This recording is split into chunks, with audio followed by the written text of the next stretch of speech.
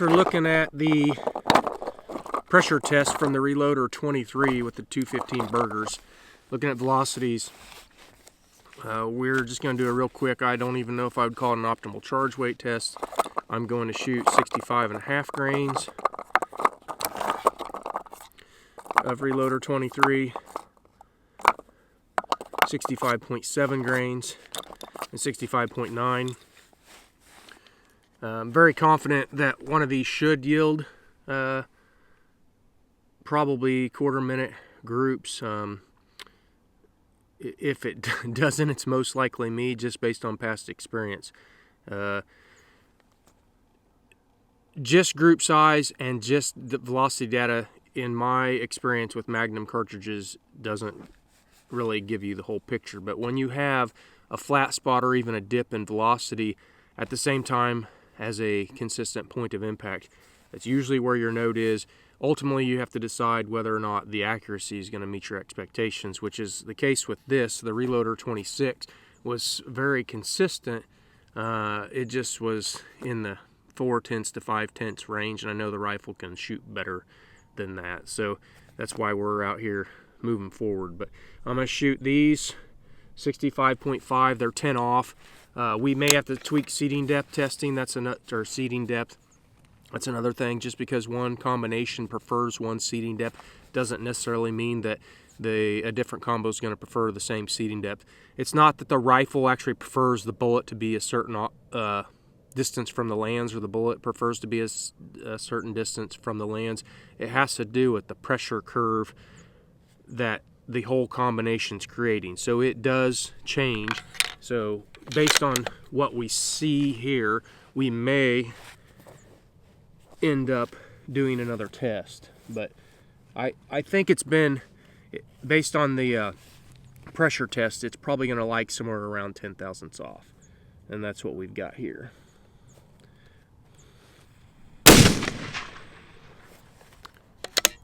$28.50.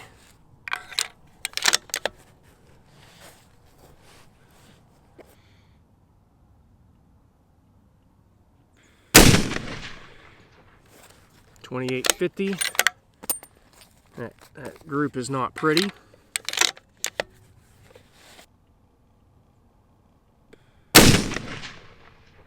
Yeah, it's ugly. $28.19.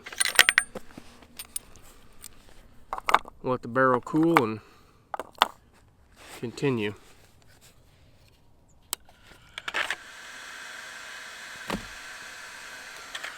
Alright, let the barrel cool a little bit. We're going to move up to 65.7.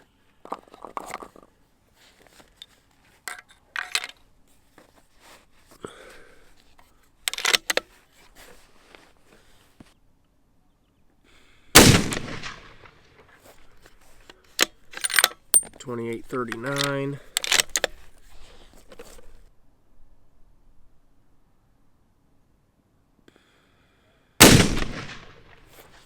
$28.35.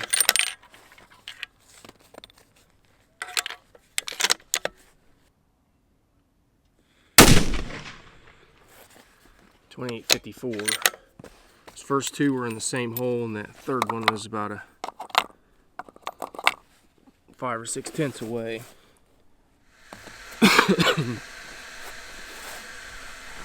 All right, last group, 65.9.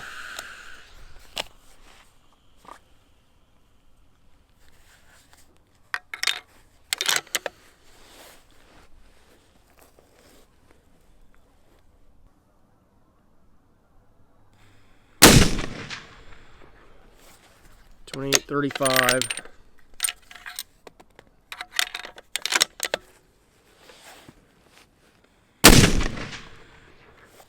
$28.29.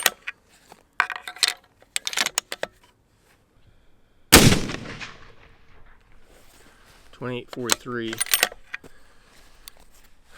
Oh, that was okay. Still get no pressure signs. Not very impressed.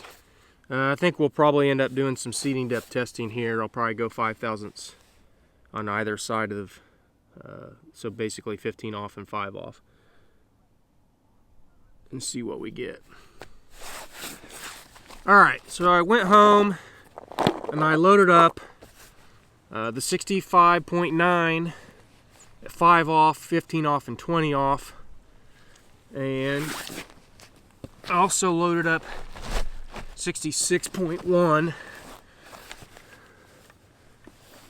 and 66.3. So we're going to shoot these 5 groups and see what I get. I'm not seeing anything on target that I expect out of this rifle. So I'm seeing promise. There is stability. The point of impact is staying where it needs to be, but I'm just not seeing the accuracy yet that I want to see. Like I said, the seating depth was, I think, most accurate with the Reloder 26 10 off, but that doesn't mean that's what this load's gonna like. We're gonna go through. We're gonna start.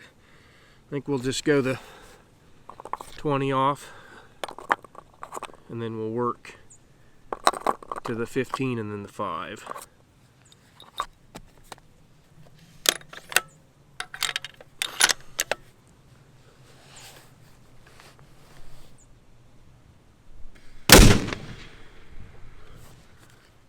.2854.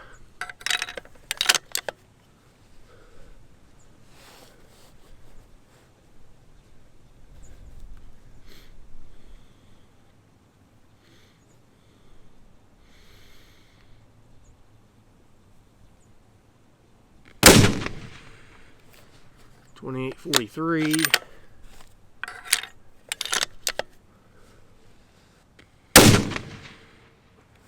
.2825.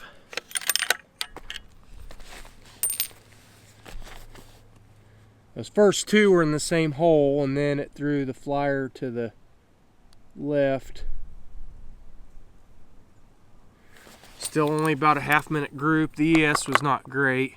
We'll let the barrel cool for a minute, and we'll shoot the 15 off. Alright, barrel has cooled. I'm going to shoot these 15 off.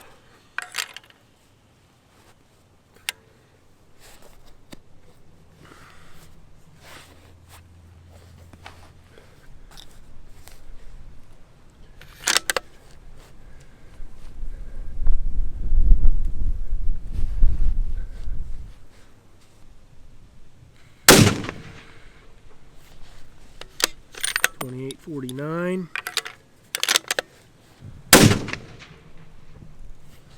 2846.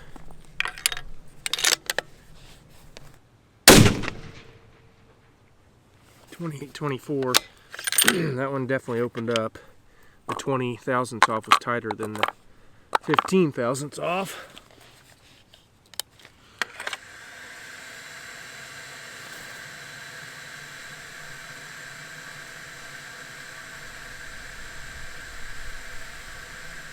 Let cool.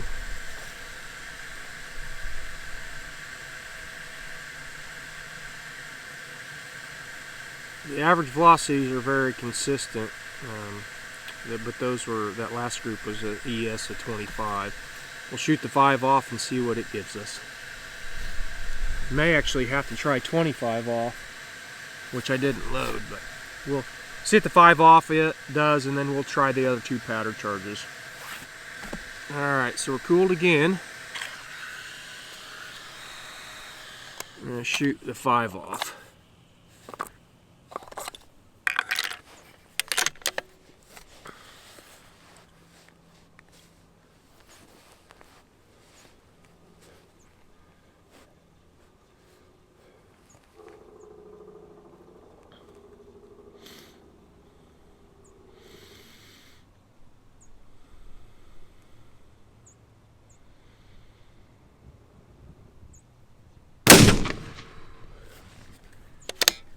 .4847.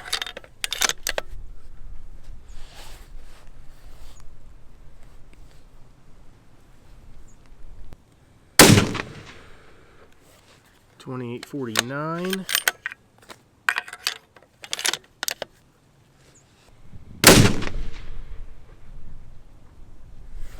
2855. Okay.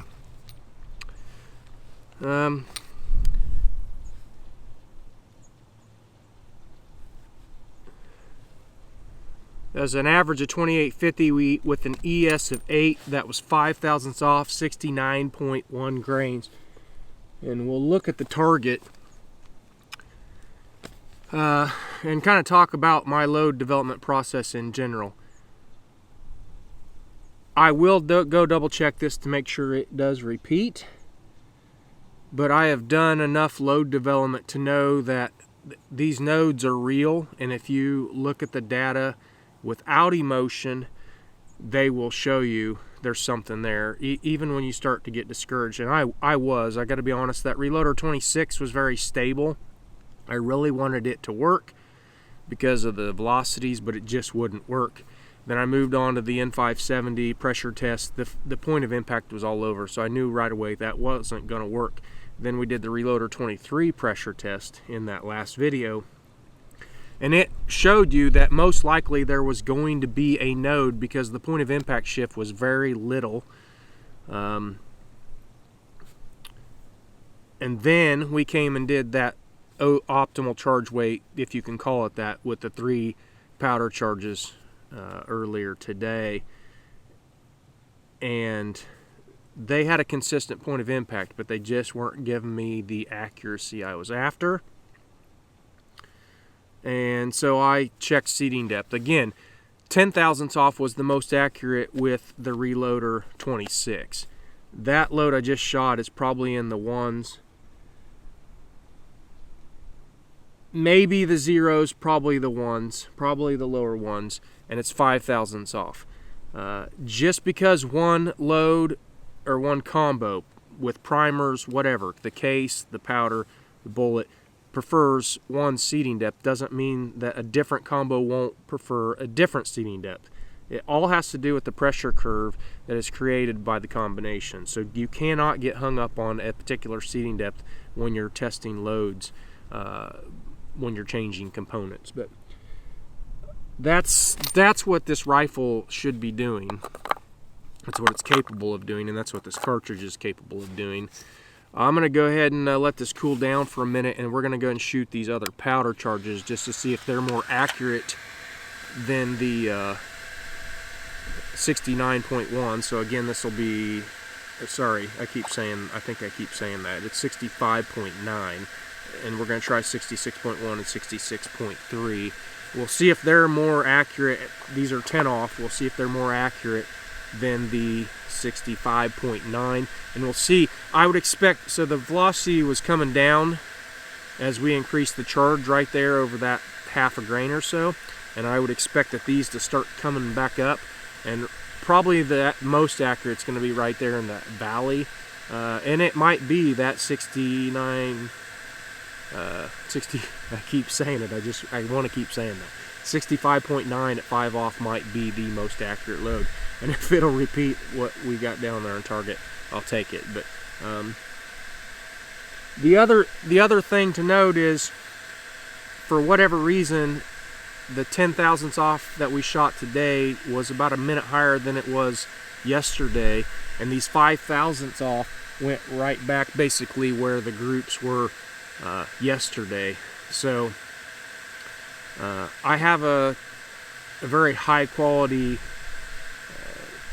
micrometer. I don't think I got the seating depth wrong, but it's possible, and the target would kind of indicate maybe I did, or I don't know. I check every single bullet that I seat during load development, so I don't know what happened there, but those 5 thousandths off are super accurate, and they're right back to the point of impact that we saw during that pressure test. But we'll let this cool, and we'll go and shoot these other groups.